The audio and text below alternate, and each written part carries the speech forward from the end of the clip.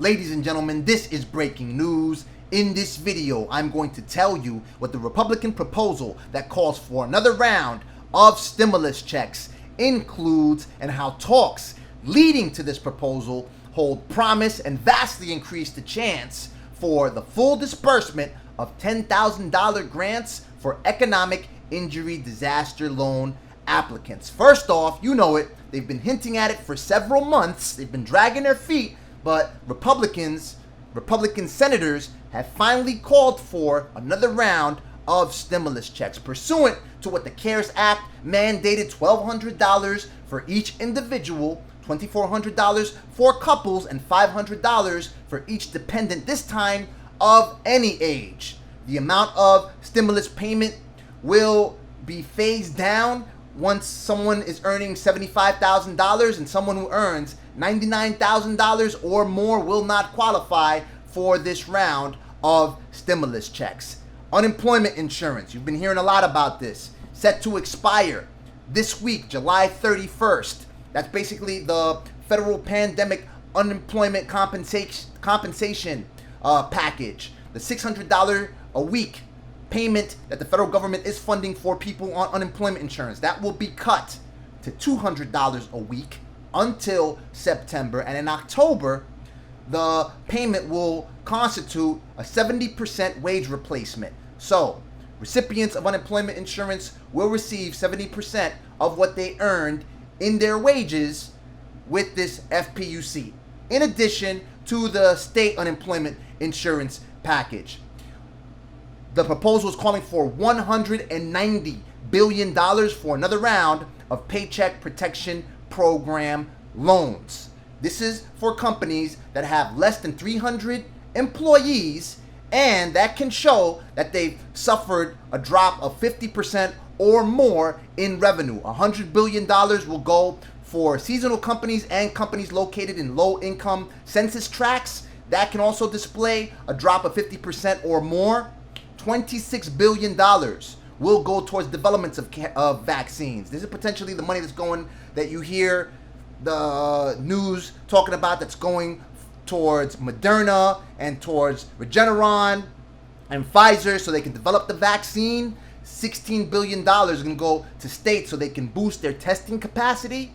And $105 billion will go to states to reopen schools. $30 billion of those dollars will go for colleges to reopen their campuses, and most of this money will go towards schools that physically open their doors. Then they're also proposing, of course, for their business liability protections for businesses, schools, doctors, unless they show willful misconduct or, gross misconduct or willful neglect, then people who are at somebody's establishment will not be able to file a lawsuit against that organization if that person contracts the virus or gets sick.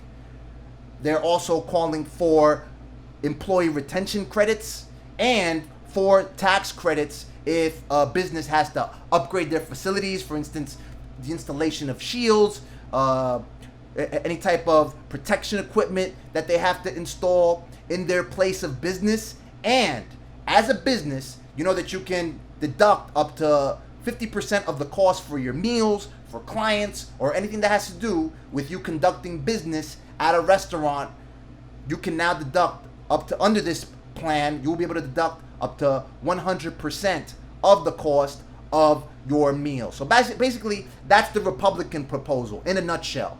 And they are currently sending that out to the Democrats, basically all the the House Speaker, Treasury Secretary Steve Mnuchin, and Chief of Staff Mark Meadows of the Trump administration are currently talking with House Speaker Nancy Pelosi and Senator Chuck Schumer. He's the Senate minority leader, and they're discussing it publicly. Senator Chuck Schumer is already saying that it's a half-baked proposal. They're not going for it. You know that the HEROES Act called for 3 times as much. They called for the additional round of stimulus. They wanted more money actually for the round that the HEROES Act proposed. Now, all the talks that led up to this proposal hold considerable promise for the disbursement of the full $10,000 economic injury disaster loan advance. Why? Because first off, as per a previous video, you know that I told you that Steve Mnuchin told CNBC that this is the fifth form of legislation for disaster relief due to the pandemic. And there's also going to be a sixth form of legislation and a seventh form of the legislation. And he discussed providing more cash to businesses, but that many of these programs that are going to send out more cash to businesses will come through their own individual bills, just like S.4227, the ensuring increased disaster loan for Small Businesses Act. This is the act this is the bill that has 4 co-sponsors at this particular moment, and it's a bipartisan bill. It has Republican John Cornyn from Texas, Senator John Cornyn from Texas, and it's calling for the disbursement of the full $10,000 grant from the Small Business Administration, as opposed to the $1,000 per employee grant that the Small Business Administration took the liberty of dispersing to businesses before it closed down the program. It's calling for $80 billion for the full disbursement of $10,000 to all applicants of the Economic Injury Disaster Loan Program. It's blocking the Small Business Administration from doing $1,000 per employee or $50 per employee or whatever they think they should set the limit for economic injury disaster loan advances and loans. You know that they capped the Small Business Administration actually capped small business loans at $150,000. Under this bill, the Small Business Administration would be prohibited from capping the amount of loan funds that they can disperse. They'll have to disperse loans of up to $2 million. So, yesterday, during the Sunday morning shows, during Fox News Sunday, he told Chris Wallace that, again, they want to get out what is, quote, top priority for them. They, meaning the administration and Republicans. Top priority being for the administration. I know for us, it definitely advances because it helped us. And according to the Small Business Administration, it helped 8 million businesses employing 30.5 million people. They want to get out what's to them top priority, which is the problem.